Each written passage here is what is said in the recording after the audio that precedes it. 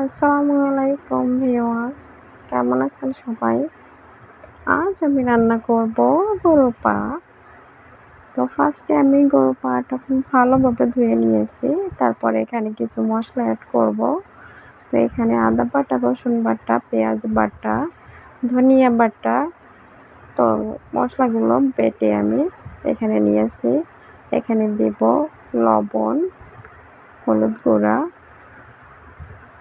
দেন তারপর দেব কিছু গরম মশলা, এবার দেব তেল, পরিমাণ মতো তেল দিতে হবে। এবার মশলাটা হাতে খুব ভালোভাবে মেশাতে হবে, এক একটা পিসের সাথে যেন খুব ভালোভাবে মশলাটা লাগে। তো দেখতে পারছেন আমি কিভাবে মশলাটা মাখাইতেছি। মশলাটা কিন্তু হাতে ভালোভাবে মেশাতে হবে, হাতে মেশাতে হবে, কোনো নাকড়ি বা খুন্তি দিয়ে না।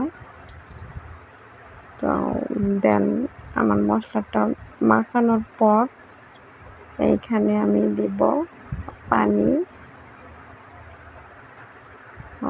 দেন এখানে পানি অ্যাড করার পর যতটা প্রয়োজন ততটা পানি দিতে হবে।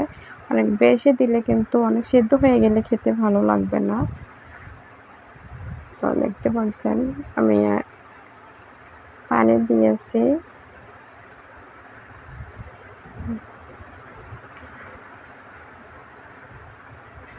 পানি দিয়ে নাড়ানোর পর এবার আমি প্রেসারের মুখটা ভালোভাবে আটকে দিব।